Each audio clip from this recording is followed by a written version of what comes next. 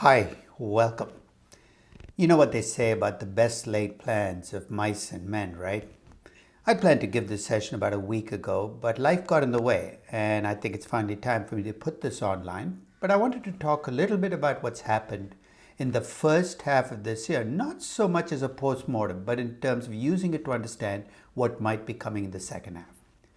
Let me start though with an admission which you've seen me make before, but might as well make it again. I'm not a market timer. I'm not a market prognosticator. I'm not a market guru. Not that I don't have respect for people who claim to be such, but I'm just not good at it. And the first half of 2023 should show you why I think market timing is an impossible dream. Impossible dream in what sense? We all dream it. Let's face it, every investor does some degree of market timing, and very few of us seem to succeed at it consistently. That said, though, 2023 has been a particularly surprising year for people who try to time markets because markets seem to deliver new messages this year. To understand what 2023 has brought us, I think we need to go back to the start of 2023. Remember how grim things looked then? I mean, we'd come off one of the worst years in market history, stock markets, bond markets, pretty much across asset markets. And economists were telling us that inflation might kind of spiral out of control into hyperinflation, that a recession was definitely on the way. So I think the best place to start this discussion is to go back to the start of 2023 and take a look at where we were. Coming into 2023, we'd come off a terrible year for stocks. The S&P 500 was down about 20%. The NASDAQ was down about 33%. And embedded there is actually the other message we got in 2022, which was the winners of the previous decade, young growth companies, tech companies, were among the ones that faced the most punishment during 2022. It was a bad year for stocks. It was an even worse year for bonds because of what rates did. What did rates do? The long end of the spectrum, the 10-year rate went from about 1.5% to almost 4%. The 30-year rate also climbed. And what happened at the same time was short-term rates climbed even more. The term structure that all used, measure of what the market is delivering, I don't have much faith in it, but people look at, inverted during the course of the year. Short-term rates started the year close to 0%, ended the year higher than the 10-year T-bond rate. And in a sense, that change in rates is the story of what happened to the Treasury bond market in 2022. Remember, these are US Treasuries, the place where we go for safety. And in 2022, they were anything but safe. During 2022, because of the rise in long-term rates, the US T-bond market had its worst year in history. US 10-year bonds were down almost 19.3%. That's not safe. That's definitely risky. And what happened in the Treasury market also spilled over into the corporate bond market. For one simple reason, Treasury rates rise, corporate bond rates rise. But on top of that rise in the base rate, you also got an increase in default spreads. More at the lower end of the rating spectrum, double B, single B, triple C, than at the higher end. And therein lay the other story of 2022. Risk capital, which had become fairly reckless in the previous decade and plentiful, went to the sidelines and stayed on the sidelines. The riskiest asset class, in this case, low-rated bonds versus high-rated bonds, suffered more. And you can see that in the rising default spreads. Now, if you add the rising default spreads on top of higher rates, the corporate bond market also had its worst year in history in 2022. All in all, coming into 2023, we were telling a pretty negative story about what was happening across asset classes and what was coming for the economy. And that pessimism spilled over into what the market strategists who make these predictions of the market, I don't know whether they actually believe their numbers at the start of 2023. They were pretty downbeat about what the year would deliver. So the consensus view was, this is not going to be a good year for stocks. And at best, you might make a few percent, but you'd be lucky to hold on. Now, clearly, the market had other ideas. If you look at the first surprise of 2023, it's that inflation, which looked out of control at the start of 2023, came down pretty quickly. Now, some of this is cosmetic because you're comparing to numbers that made the inflation rate, because the inflation rate is the percentage change of the previous year. So the first half of this year, the advantage of comparing to really bad numbers in the previous year. But notwithstanding that, clearly rates have come down by more than people expected it to. In this graph, I've looked at both the actual inflation number in the form of a CPI, as well as two measures of expectations. One is the numbers coming out of surveys, where you're seeing a little dip, but not that much of a change. You're seeing a drop off, but also you're seeing the leveling off of the expected inflation in the US Treasury market. What am I talking about? If you take the 10-year Treasury bond rate and compare it to the TIPS rate, you're getting a measure of expected inflation. That number at the end of June is down to about 2.2%. So people's expectations are coming down, actual inflation is coming down. This could all be temporary, but for the moment at least, the inflation story is starting to look better. As for that recession any day, well, it doesn't seem to have shown up yet. In fact, if you look at measures of economic activity, they're holding up. The unemployment numbers obviously are the strongest economic numbers here, both in terms of the claims and the unemployment rate. You're saying, what recession? It is true that if you look at the percentage change in housing price and economic activity, you're seeing a come down from the really high levels you saw in 2020 or 2021 as the economy came out of COVID. But these are not numbers that suggest a recession.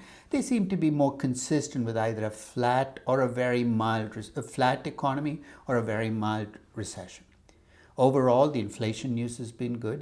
The economy seems to be holding up better than expected. And interest rates have leveled off. They've not come down, but they've leveled off. So long-term rate now, the end of June, going into July, is about 3.8%, close to where it was at the start of the year. Short-term rates have gone up a little bit. And of course, people are quick to blame the Fed for this, and we'll come back and talk about that for a moment. So short-term rates have become a little higher. The yield curve, it was upward sloping at the start of the year, has become a little more upward sloping, but no massive contortion in the rates, something people again were worried about at the start of the year. Now, of course, people look at this graph and say, well, the Fed did it. The Fed did what? I mean, during the last few months, while the Fed's been raising rates multiple times, the rates we're talking about, the Fed funds rate, the long-term rates have been pretty much settled in where they are. In fact, they're pretty much where they were a year ago. Much of that rise in rates precedes the Fed even waking up from its slumber and reflects the fact that people's expectations of inflation went up. So what would we read out of this interest rate trend line over 2023? It looks like at least fears about future inflation have not become worse, that they've leveled off. But we're really not expecting inflation to go back to 1 or 1.5 or 2%. So if that's what the Fed is hoping for, we're not there yet. So the economy has leveled off. Inflation seems to be coming down. Interest rates are holding their own. What about equities? Let's look at equities around the globe. In this table, I've looked at the percentage change in market cap by region of the world, and I've broken them down by sub-regions, all in US dollar terms. So you're not having a currency effect. And you can see across markets that the strongest market globally has been the US market, up 13.99%. Now remember, even with the surge in stock prices this year, you're still well below where we were at the start of 2022, down 11.5%. But the US has been the strongest market. But looking across the globe, and you look across regions, China actually stands out as one of the few markets that actually saw, at least in dollar terms, a drop in market capitalization over the first 6 months of 2023. Now, if you look at markets like India and India and Africa, which had not that bad in 2022, their 2023 doesn't look great, but overall they're ahead of the game. They're actually higher than they were at the start of 2022. So clearly an uneven path across, but you can see for the most part, stocks are up across the globe, more in some parts than others. Globally, equities have added about $8.6 trillion, but 5.7 trillion of that has come from US equities. So over the globe, there's been good news for the most part for equities, though some regions have been left out.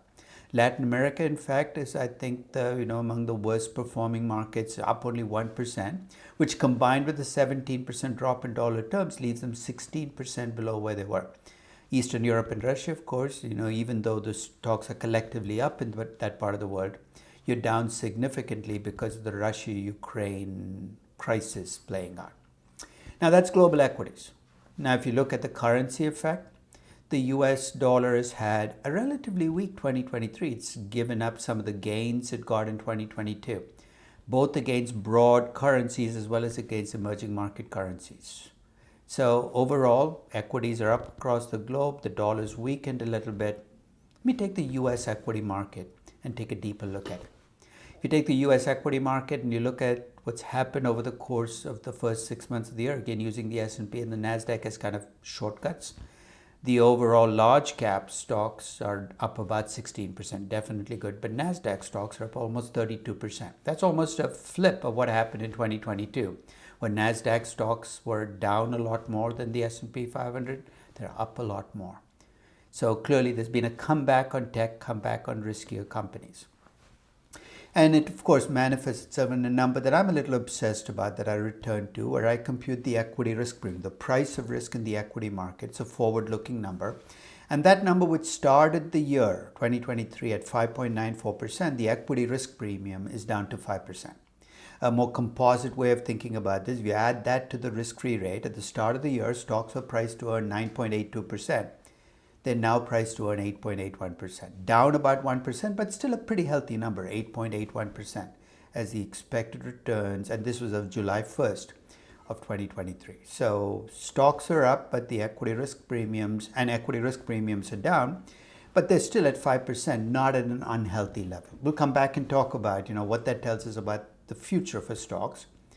But let me take a deeper dive into US equities, see where the winners and losers are. I started by looking across sectors. And if we look across sectors, it's clear that the biggest winner has been technology, up 43%, still down 4.55% if you count both 2022 and 2023. But that's quite a recovery. They've made back almost all of the money they lost last year. There are sectors like energy where you still have the 6 months when energy in particular has had a particularly difficult 6 months, down 17.4%, but that's because oil prices are down. Utilities, down 6.5%. So if you're an old-time value investor buying big dividend-paying utilities, it's not been a good first 6 months. It's been a pretty uneven bull market from that perspective, which is if you had a portfolio which was heavily loaded up in technology, you're feeling pretty good about the first 6 months. But a lot of financials and energy and utilities in your portfolio, which tend to be value investing staples, it's not been that great a 6-month period. Looking further down, broken down by industries, you take a look at the worst performing and the best performing industries in percentage terms. You look at the worst performing industries, you see a lot of energy industry groups. Oil field services is in fact the worst performing sector, down almost 51% in the first 6 months of the year. But other energy, coal, green, across the board, energy is down. Financial services, heavily represented in the worst performing groups. Think of that as the Silicon Valley Bank after effect was still coming out of it. In terms of the best performing, it's got a combination, a lot of technology in there. You got semiconductors, software. So no surprise, you saw that in the sector. But you have a mix of businesses here. You got rubber and tires. You got auto and truck at the very top. But it's a little misleading because a big chunk of that increase in value. Remember, there's a percentage increase in aggregate market cap. A big portion of that increase for auto and truck came from one company, Tesla. Again, shows you how uneven the gain has been across companies. Now, take a closer look at how the gains have been distributed. I broke U.S. companies down into 10 deciles based on market cap, into money-making and money-losing companies. Remember, the entire market, if you look across all companies, is about $5.6 billion. That's how much the market is up. But 5.3 out of the 5.6 billion came from the largest companies, and among the largest companies, money-making large companies. So basically, this is a top-heavy. Again, I'm not saying this is as a negative about the market, but it's clearly a market where if you were in the wrong stocks, you're looking at your portfolio saying, what happened here? I thought this was a bull market. And the right stocks, you're saying, this is amazing. It's been a top-heavy where larger companies and money-making companies have benefited at the expense of money-losing companies. Remember, we talked about risk capital leaving the market in 2022? It did come back in 2023, but in a very measured way. It didn't come back into all tech. It came back into big tech and money-making tech more than small tech or money-losing tech. Now, in 2022, the long-standing fight between value investors and growth investors, value investors have been losing for a while, thought we're back again, because in 2022, value stocks were back. Well, that didn't last very long, because you look at 2023, the best performing stocks have been stocks in the highest price to book ratio decile, stocks that value investors would not hold. So maybe 2022 was just a respite. We've reversed back to where we were in the decade before, but we're back to value underperforming the market again in 2023.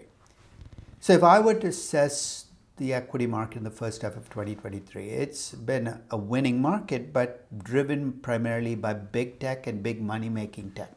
80% of the overall increase in value comes from 7 companies, right? Apple, Microsoft, Nvidia, Amazon, Tesla, Meta, and Alphabet.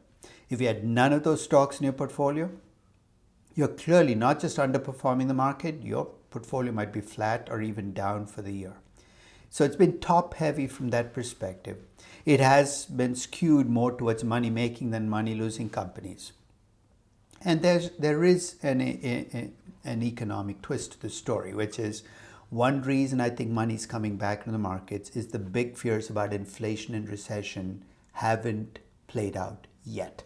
There's still time left in this game, but for the moment at least, there's a sense of relief that it hasn't happened yet. So what's the rest of the year going to bring? At the risk of being gravely wrong, in fact, let me take that back. Guarantee of being gravely wrong, here's what I think the rest of the year will deliver. I think on inflation, the best news is behind us. In other words, the good news on inflation is you're down, but the last stretch is going to be a trench warfare.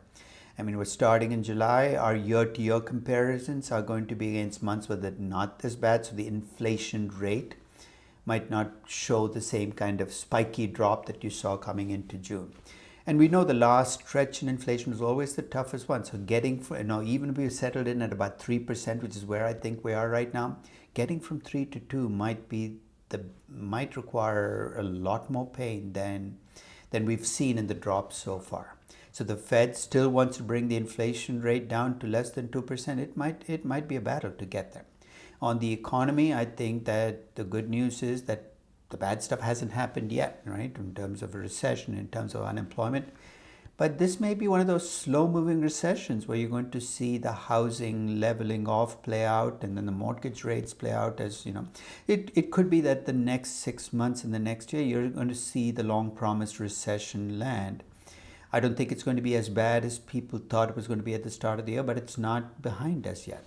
And on interest rates, I think if you're dreaming about the day where you'll have 2% or 1.5% T-bond rates, you're going to dream a long time. I think that 2022 might not have been just an aberration, that we might have returned to more normal rates. And I think it's healthier to have T-bill rates and T-bond rates at levels that are not 0% and 2%. And I think given that inflation is not coming back to 1% or 0% anytime soon, I'd expect rates to stay high with or without the Fed. So notice how little the Fed is part of my story, but that's my predilection. I don't particularly think the Fed runs the economy and interest rates, even though other people might believe differently. As a final point, you're saying, what about equities? I told you I'm not a market prognosticator or market timer, but I do intrinsic valuations of equities. I've done it every 6 months now for quite a while. So I decided to value the S&P 500 at the start of July of 2023 using updated numbers for earnings and interest rates. So what you see as my projected earnings for 2023, 2024, and 2025 are analyst projections, consensus estimates. These are top down from analysts who track the entire index. So they're not biased upwards like individual company analysts are, but they could be wrong. But I've used their estimates of earnings for the next 3 years. And beyond that, I've assumed the growth rate is going to slide back down towards a risk-free rate, which I use as my nominal growth rate in the long term. For my cash flows, I started with the actual dividends and buybacks in the 12 months leading into this calculation. And I've assumed over time that payout ratio will adjust to reflect my long-term stable growth rate. In other words, companies will pay out what they can fundamentally afford to pay out. So it's an intrinsic valuation, and take it for what it's worth. I project my expected cash flows from buying equities based on analyst earnings. I'll make that confession. and I discount them back at a required return. You're saying, how are you going to come up with that? I start with the T-bond rate and I add to it an expected equity risk premium of 5%. Why 5%? That's on average what we've been able to deliver on stocks or seen deliver on stocks between 2008 and 2023 as an expected implied premium. Pre-2008 actually was a smaller number, so I'm assuming that premium has to be about 5% to be a reasonable expected return. You add the 5% to the 3.83%, you get 8.83% as your discount rate. Now remember, we're halfway through 2023, so the 2023 cash flows get discounted back only half a year. And every subsequent year, I'm already half a year into it, so I take the present value of those cash flows. After 2027, I am assuming stable growth. The company's earnings grow at the same rate as the economy, the 3.83%. That gives me a terminal value for the index of 5136. Discount them all back to today with that half-year assumption for 2023. I come up with an intrinsic value of the index of 4370. This was on July 1st of 2023. On that day, the index was trading at 4450. I know the stock of, this is another bubble. Look at how well the stocks have done. Corrections imminent. They might all be right, but on an intrinsic value basis, stocks are shockingly close to being fairly valued, given the run-up in prices. Now, remember, I'm not saying that things can't go wrong. Think of all the things that can go wrong. Analysts could be underestimating the pain that's coming to earnings. So those earnings numbers might be much higher than they should be. Maybe some of those buybacks are going to disappear. A smaller percentage of cash is going to be paid out. Or maybe inflation is going to come back big time, in which case interest rates are going to jump to 4 or 5 or 6%. So implicitly there are uncertainties, but when have there not been uncertainties investing in equities? So you ask me, am I comfortable investing in equities right now? As comfortable as I ever will be with equities, which is with those caveats, uncertainties. I'm not a market timer. I feel okay with where they are. I don't think this qualifies as a bubble yet. So if you want to tell a bubble story, it can't just be based on the fact how stocks have gone up a lot, therefore there's a bubble, because on an intrinsic value basis, it looks pretty close to where it should be. Now, as a final point, I think 2023 again is a reminder that the biggest sin in investing is arrogance, and that markets exist to kind of bring you back down to teach us humility. So for those people who thought they knew what 2023 was going to deliver because they'd done their homework, they looked at the data, 2023 is a reminder that you might have the best tools, the best data, but the market has a mind of its own. So if you are a winner in the first half of 2023, congratulations, but don't let it go to your head. Maybe you just got lucky. If you're a loser in the first half of 2023, don't overreact. Don't chase the winners of the first 6 months. Buying Nvidia now might not be a great idea. Maybe you'll go back to being winners again in the next 6 months, because regret is a dangerous emotion in investing, and investing based on regret is not going to get you back all those returns. I hope you found the session useful, and I'll revisit this topic again 6 months from now at the start of 2024. And who knows what things will look like then. Thank you very much, and take care.